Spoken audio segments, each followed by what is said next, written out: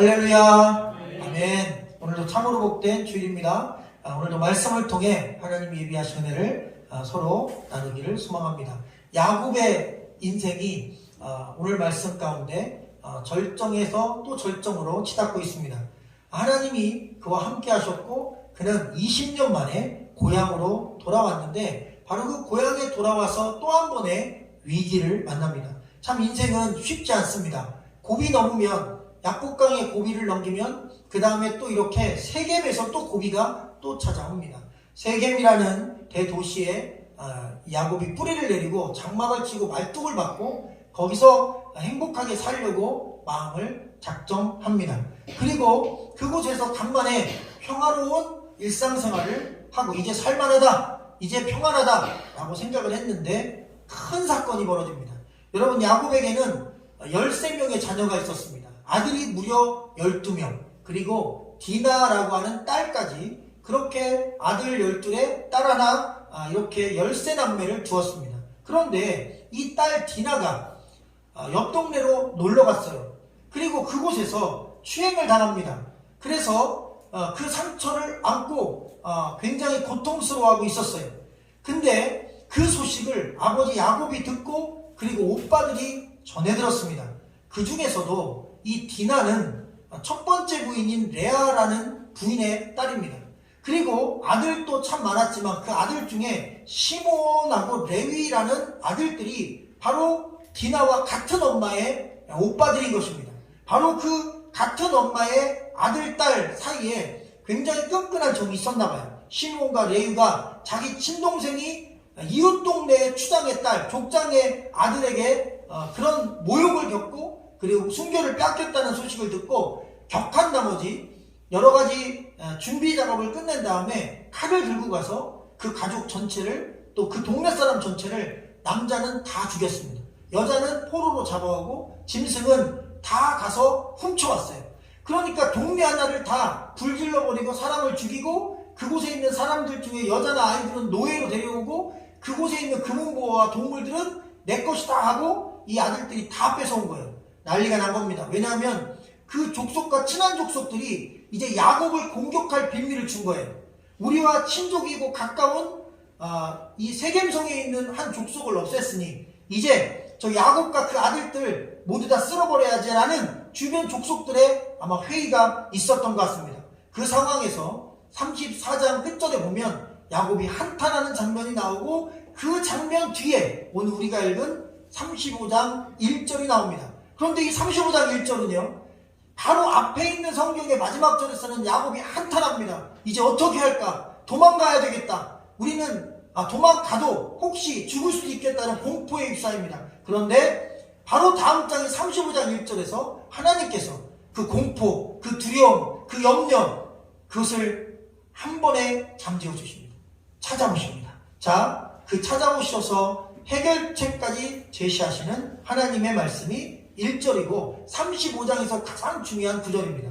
여러분의 음성으로 1절을 부탁드립니다. 시작. 하나님이 야곱에게 이르시되 일어나 베델로 올라가서 거기 거주하며 내가 내 형 에서의 낯을 피하여 도망하던 때에 내게 나타났던 하나님께 거기서 제단을 쌓으라 하신지라. 아멘. 여러분, 35장에 있는 모든 중요한 말씀이 이 1절 한 절에 다 들어있습니다. 1절만 잘 이해하면 35장 전체를, 그리고 하나님의 뜻을 전부 다 이해할 수 있어요. 잘 들으시면 1절 안에 모든 하나님의 뜻이 들어있음을 알 수 있습니다. 여러분, 하나님이 야곱을 찾아오셨습니다. 그리고 야곱의 인생에 하나님이 직접 개입하셨는데 그 순간이 언제였냐면 야곱이 위기를 겪었을 때입니다. 에서에게 쫓길 때 꿈으로 나타나셨습니다. 20년 전에. 그리고 내가 너와 함께하고 너를 지켜줄 거다. 너가 평안히 고향에 돌아올 것이다. 그러니 두려워하지 말라고. 내가 너를 축복할 거라고. 20년 전에 홀로 도망갈 때, 야곱이 형 에서에게 쫓겨 도망갈 때 나타났습니다.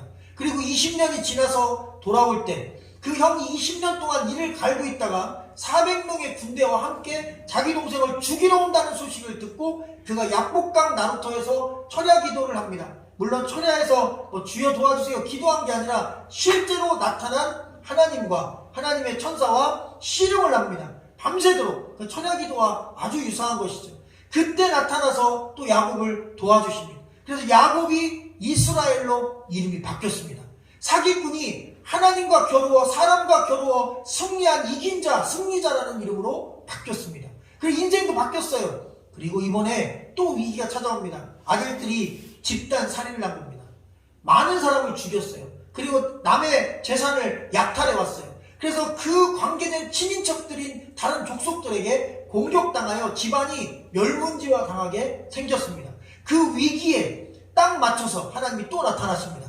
그리고 도와주십니다. 그리고 해결책을 말씀해 주십니다. 그리고 더 중요한 게 있어요. 왜 이런 일이 일어났는지 근본적인 문제를 지적해 주십니다. 여러분, 야곱은 20년 동안 그는 하나님을 믿는 믿음은 갖고 있었지만 하나님을 향한 믿음의 깊이는 여러분 녹슬었어요. 한마디로 말하면 여러분, 하나님과의 그 영적인 그 관계나 신앙생활이 다 없어진 거예요. 예배도 중단됐죠. 그리고 하나님을 만났던 그 20년 전에 영적인 그 모든 영적인 그 만남도 다 잃어버리고 그때 했던 약속, 제가 돌아오면 베델에서 교회를 세우고 예배를 드리고 11조를 드리고 하나님을 섬기겠습니다. 그것도 일평생 그렇게 하겠습니다. 라고 약속을 했거든요. 그런데 하나님께 드렸던 그 약속도 잊어버렸어요. 20년이란 세월은 하나님이 주신 말씀도 잊어버리게 했어요. 새까맣게 잃어버리고 있었습니다.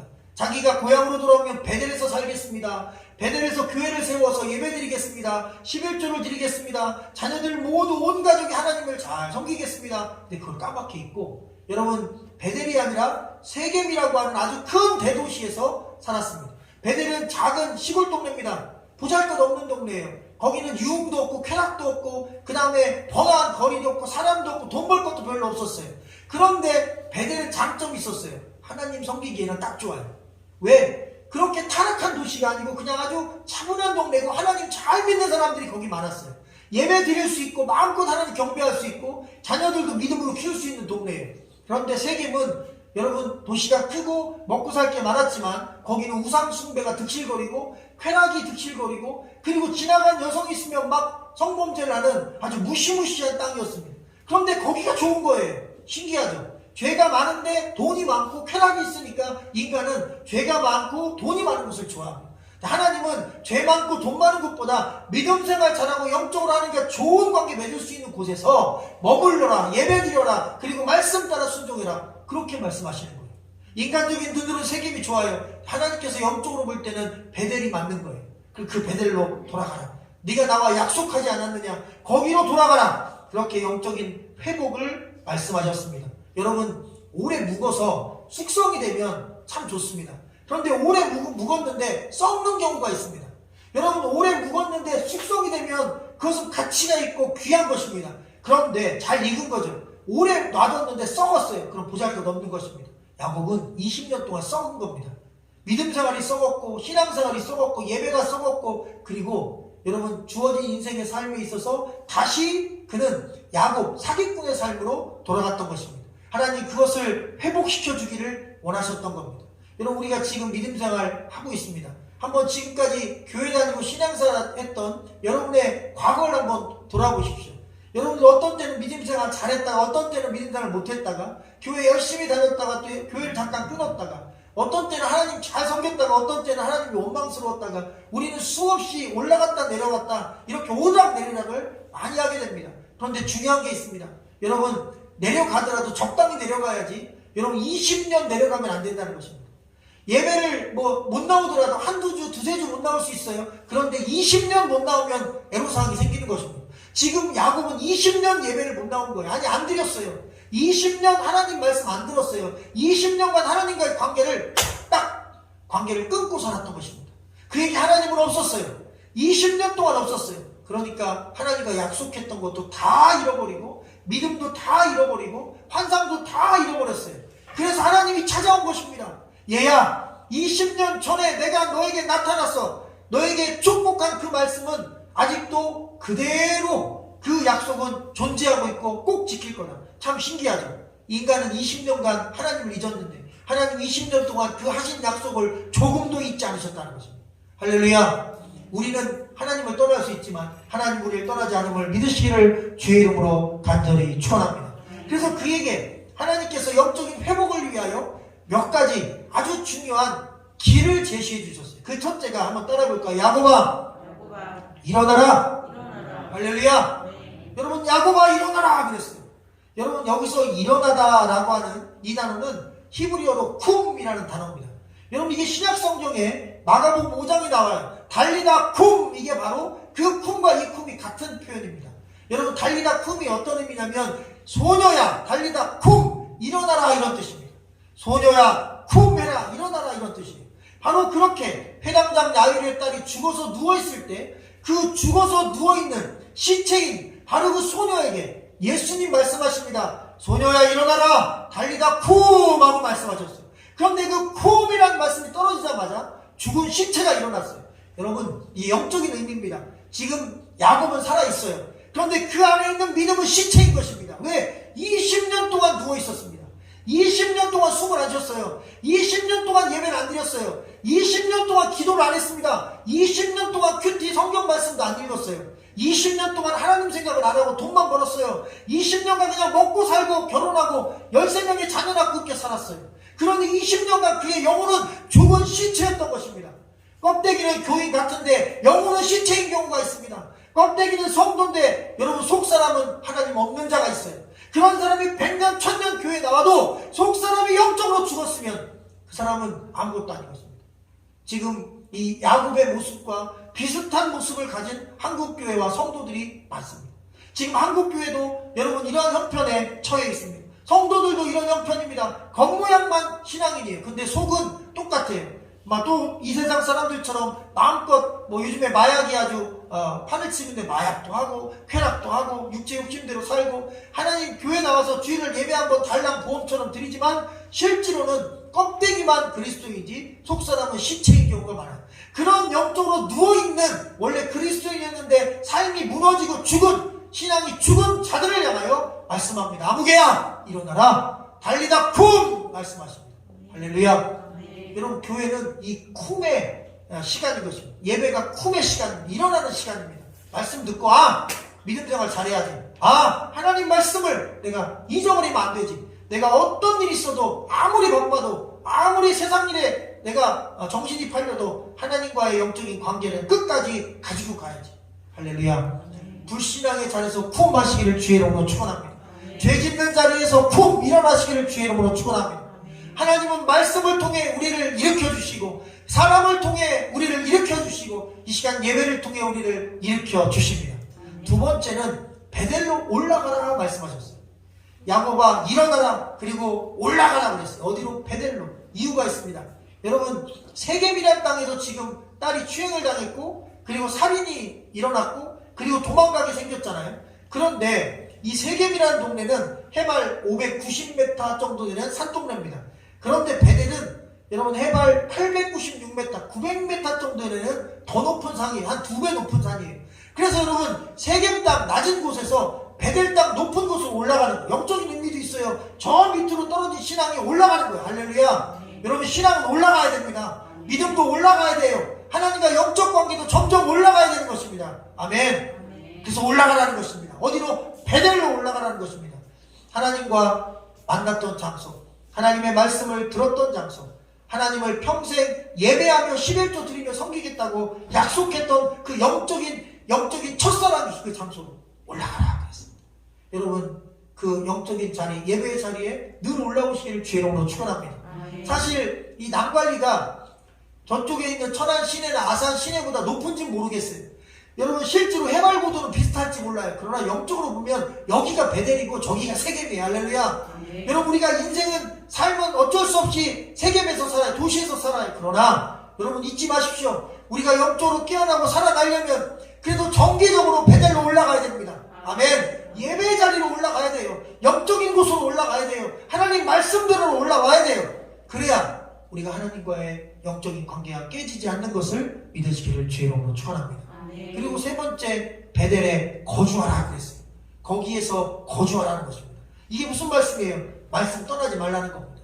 예배 떠나지 말라는 거예요. 교회 떠나지 말라는 것입니다. 물론 교회는 옮길 수 있습니다. 여러분이 부산으로 이사 가시든 사정이 있어서 옮길 수 있어요. 그러나 지금 저희 교회를 죽을 때까지 떠나지 말라 그런 의미가 아니라 주님의 교회입니다. 전 세계 어느 곳에 있는 교회도 상관없어요. 교회를 떠나지 마세요. 아멘. 아멘. 할렐루야. 아멘. 여러분 기왕이 믿음 생활 시작하신 거 20년간 교회 떠나지 말고 나중에 세겜의 그 슬픈 천차만일 당하고 돌아오지 말고 여러분 그런 일 없이 그냥 일평생 하나님을 잘 섬기고 믿음 생활하는 저 여러분 되시기를 주의 이름으로 간절히 축원합니다. 아멘. 이 베델에 거주하라라는 단어, 거주하다는 히브리어 야슈아브라는 단어인데 이 단어는요 계속 머물다라는 뜻입니다. 여러분 잠시가 아니라 계속 끊임없이 머물다라는 뜻이에요. 그래서 베델에 끊임없이 거주하라는 뜻입니다. 믿음 생활 여러분 중단하면 안 됩니다. 계속 진행하는 것을 믿으시기를 주의 이름으로 축원합니다. 그리고 마지막 네 번째가 하나님께 거기서 제단을 쌓으라 말씀하셨어요. 여러분 이 제단은 그냥 예배가 아니라 번제입니다. 번제가 뭐냐면 짐승을 죽이고 배를 가르고 내장을 꺼내고 그리고 그 몸을 불살라서 드리는 제사예요. 다시 말하면 희생의 제사입니다. 여러분 구약의 이 번제는 신약의 십자가의 희생과 같은 것입니다. 예수님이 하나님의 아들입니다. 그런데 자신의 몸이 쪼개졌어요. 채찍을 맞았을 때 몸이 다 찢어졌어. 그리고 뼈가 튀어나오고 창자가 막 튀어나올 정도로 온몸이 망가졌어요. 그리고 십자가에 또 못이 박혔어요. 그리고 창에 옆구리가 찔러서 심장과 가슴이 다 터졌어요. 그러니까 몸이 쪼개진 거죠. 피가 다 쏟아진 거죠. 그리고 그 몸이 햇볕에 말랐어요. 그리고 그가 축 늘어져서 돌아가셨어요. 이것이 번제와 같은 영적인 의미인 것입니다. 예수님이 그 몸을 희생해서 피를 흘리고 자기 살가죽을 찢고 자기 내장을 쏟아서 그래서 우리를 구원하신 것입니다. 구약시대에는 짐승이 그렇게 죽었어요. 자기 살을 찢고 피를 쏟고 내장을 불태우고 몸을 불태워서 자기를 대신해서 사람을 대신해서 짐승이 죽어서 하나님께 번제를 드렸어요. 바로 그 베델에서 그 희생의 제사를 드리라는 것입니다. 여러분 오늘날 그리스도인에게 희생이 없습니다. 헌신이 없어요. 여러분 영적으로 그리고 육신적으로 하나님을 위해서 뭔가 내가 들어야겠다는 그런 진정한 신앙인 만나보기가 쉽지가 않습니다. 여러분 희생을 원하시면 때론 희생도 드릴 수 있습니다. 할렐루야. 여러분 하나님을 위해서 교회를 위해서 얼마든지 희생할 수 있어요. 저는 우리 교회가 바쁘고 정신 산란한 교회가 되기를 원치 않습니다. 그러나 희생이 없는 교회가 되는 건 안 됩니다. 왜? 여러분 여러 가지 하나님의 일은 안 할지라도 한두 가지든 아니면 예배라도 내 마음과 정성을 쏟아서 드리는 거예요. 희생하는 거예요. 아멘. 여러분 그런 정성과 희생이 있어야 여러분 우리의 신앙이 흔들림 없이 끝까지 갈 수 있음을 오늘 말씀은 우리에게 가르쳐 주신 것입니다. 자 2절과 3절을 같이 읽어볼까요? 시작. 야곱이 이에 자기 집안 사람과 자기와 함께한 모든 자에게 이르되 너희 중에 있는 이방 신상들을 버리고 자신을 정결하게 하고 너희들의 의복을 바꿔 입으라. 우리가 일어나 베델로 올라가 내 환난 날에 내게 응답하시며 내가 가는 길에서 나와 함께 하신 하나님께 내가 거기서 제단을 쌓으려 하노라. 아멘. 아멘. 여러분 왜 베델로 돌아가라고 하셨을까요? 하나님께 약속을 드렸던 하나님을 예배하고자 했던 그 땅에 가야 하나님과의 약속이 이루어지기 때문입니다. 그리고 문제가 있었어요. 가만히 보니까 20년 동안 하나님을 떠나 있으니까요. 이 야곱만 영적으로 죽은 게 아니라 이 13명의 자녀들도 하나님이 없어요. 믿음이 없다는 거예요. 그리고 우상만 가득했어요. 미신만 가득하고 심지어 몸에 부적을 갖고 다녔어요. 자기 부인들도 부적을 갖고 다녔어요. 그러니 가관이죠. 교회 집사님인데 베개에다 부적을 넣고 다니고 속옷에다 부적을 끼고 다니고 김권사, 김집사 용한데 갈 때 가서 부적 써오자. 그 평일에는 점집 가서 부적 써오고 주일에는 하나님께 예배드리고 뭐 보험 드는 거예요? 뭐 삼성보험 들었다, 현대보험 들었다 뭐 그런 겁니까? 그런 식으로 보험을 들듯이 여기저기 들듯이 여러분 자녀들이 하나님도 안 믿는 건 아니에요. 믿어. 하나님도 믿어요. 부인은 안 해요. 근데 동네 신도 믿고 과거에 있었던 옛날에 아버지하고 20년간 있었던 그 삼촌네 집에 삼촌 할아버지네 집에 있었던 그 신도 믿고 하여튼 새로 왔는데 세계에 보니까 또 우상이 또 있어. 그 우상도 또 섬기고 그러니까 신을 막 여러 개 섬기는 거예요. 그 중에 하나만 걸려라. 그러면 되지. 어떤 신이든 잘 먹고 잘 살기만 해줘라. 그러면 되지. 이런 마음을 가진 겁니다. 이건 기독교인이 아닌 것입니다. 진짜 신앙은 잘 먹고 잘 살기 위해 어떤 신이든 괜찮다 이런 마음이 아니라 어떤 어려움이 있어도 어떤 희생이 있어도 하나님만 섬기겠다입니다. 할렐루야. 여러분 우리는 미신 섬기는 게 아닙니다. 우리는 정 보는 사람들이 아닙니다. 우리는 하나님을 섬기는 것입니다.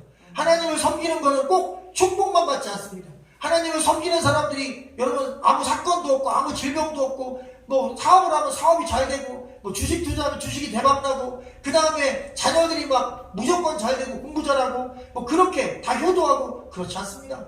여러분 믿음 생활 잘하는 가정에도 야곱의 가정처럼 어려움도 있고 힘든 일도 있어요. 우린 이유는 알 수 없어요. 그런데 중요한 게 있습니다. 하나님 잘 섬기고 그분을 의지하고 나갈 때 반드시 있는 일이 있는데, 여러분 우리가 어려울 때 야곱처럼 하나님이 직접 찾아와 돕는다는 것입니다. 할렐루야. 하나님이 우리를 도우십니다. 우리를 향하여 쿵 일어나라 말씀하십니다. 그리고 우리를 그 어려운 자리에서 일으켜 주시기를 기뻐하십니다. 야곱이 그걸 깨달은 거예요. 하나님 잘못했습니다. 제가 20년간 하나님과 약속을 잊었고 믿음생활 접고 교회 안 다니고 예배 안 드리고 자녀들에게 신앙교육 안 시키고, 그리고 내 아내들이 믿음생활 하도록 그렇게 인도하지 못한 가장인 제가 잘못했습니다. 그가 회개를 했어요. 그런데 여러분 야곱은 말로 하지 않았습니다.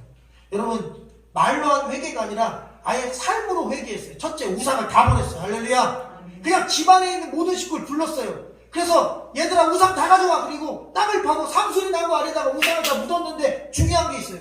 그 우상 뒤에 금덩어리도 있었어요. 은덩어리도 있었습니다. 여러분 금 신상이 있고 우상인데 은덩어리도 있었고 보석도 있었는데 그거 돈으로 비싼 건데 판 게 아니라 땅에다가 묻어버렸다니까요.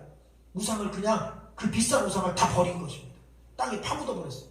가차없이 버렸어요. 하나님께 믿음으로 결단했어요. 여러분 회개는 의지적인 결단이 필요한 것입니다.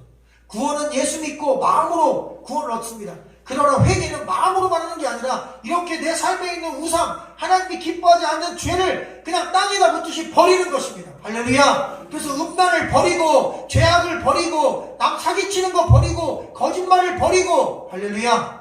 그리고 영적인 게으름을 버리고, 그리고 하나님보다 더 사랑했던 거 버리고, 그게 사람이든 물질이든 그 어떤 것이든 하나님보다 더 앞섰던 거 다 땅에다 묻어버리고, 그리고 베델로 올라갔다는 것입니다. 할렐루야. 이렇게 내 잘못된 삶을 청산하는 작업이 필요한 것을 믿으시기를 주의 이름으로 축원합니다. 자, 마지막으로 6절 7절 읽고 마치겠는데요. 같이 읽어볼까요? 시작. 야곱이 그와 함께한 모든 사람이 가나안 땅 루스 곧 베델에 이르고 그가 거기서 제단을 쌓고 그곳을 엘베델이라 불렀으니 이는 그의 형의 낯을 피할 때에 하나님이 거기서 그에게 나타났음이더라. 아멘. 할렐루야. 여러분 오늘 말씀은 정확하게 가르쳐 주십니다. 이 베델이 원래 이름이 루스라는 땅이었어요. 그런데 야곱이 20년 전에 기도하고 하나님의 응답을 받으며 그 땅 이름이 베델로 바뀐 것입니다. 여러분 루스라는 땅은요, 황폐하다, 절망스럽다, 혼돈스럽다라는 뜻입니다. 그런데 이 루스라는 땅에 혼돈스럽다는 단어가 이 구약성경 창세기 1장 2절에 나옵니다. 온 세상이 공허하고 흑암이 깊음 위에 있고 혼돈스럽다라고 하는 단어의 그 혼돈과 공허함의 그 단어가 바로 이 루스라는 단어와 의미가 같습니다. 다시 말하면 하나님이 세상을 만들고 창조와 질서를 부여한 하나님이 만든 아름다운 세상이 있기 전에 어둠이 지배하던 그 혼돈스러움, 바로 그것이 루스 땅이었습니다. 그런데 그 루스 땅에 여러분 하나님 말씀이 임한 것입니다. 그리고 꿈을 통해 하나님의 축복이 임한 것입니다. 그리고 그는 고백했습니다. 하나님 말씀이 이 땅에 임했으니 여기가 교회입니다. 여기가 예배 장소입니다. 여기가 하나님의 축복의 땅입니다. 그래서 그 땅이 베델로 바뀐 거예요. 할렐루야. 여러분 아무리 절망스러운 인생이고 아무리 복이 없는 인생이 괜찮아요. 하나님 말씀이 임하면 복 없는 사람이 복 있는 사람 됩니다. 아멘. 여러분 저주받은 인생이 축복의 인생으로 바뀝니다. 아멘.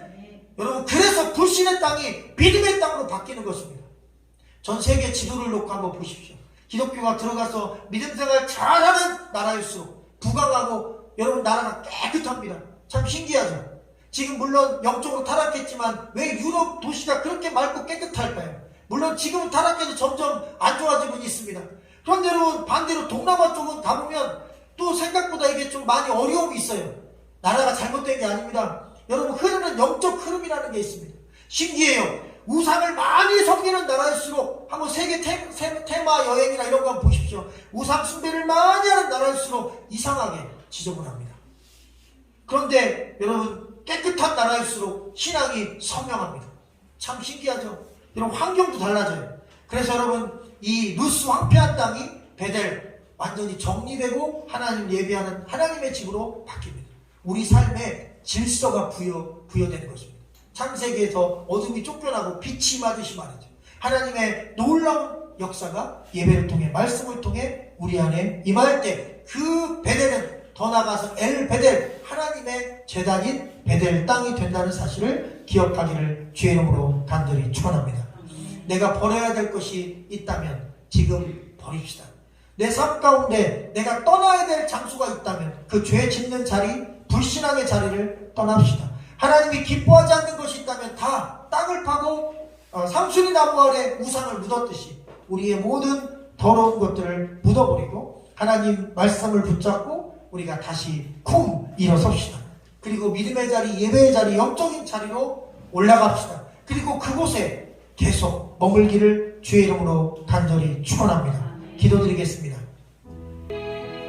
살아계신 아버지 하나님, 우리의 신앙이 나태해졌을 때, 우리가 영적으로 흔들릴 때, 또 환경과 상황 속에 어려움을 만났을 때 아버지 하나님, 주님이 우리를 찾아와 주시기를 갈망합니다. 주여, 우리 모든 성도들 절망의 자리에서 일으켜 주시옵소서. 죄악과 나태함의 자리에 있다면 거기서 일으켜 주시옵소서. 불신앙의 자리에 있다면 거기서 일으켜 주시옵소서. 또 삶의 환경이나 물질이나 또 질병이나 우리의 삶 가운데 있는 수많은 문제 때문에 낙심하고 좌절하고 있다면 주여 달리다 쿵 하나님 일으켜 주시옵소서. 귀한 성도들을 붙잡아 주셔서 베델로, 예배의 자리로, 소망의 자리로, 말씀의 자리로, 그리고 생명의 자리로 우리 모든 성도들을 인도하여 주시옵소서. 그래서 영혼이 잘된같이 범사가 잘되고 영육도 강건한 복된 은혜가 모든 성도들의 삶과 생애와 육체와 가정 가운데 충만하게 임하게 하여 주시옵소서. 모든 것 주께 맡기고 예수 그리스도 이름으로 감사하며 간절히 기도합나이다. 아멘.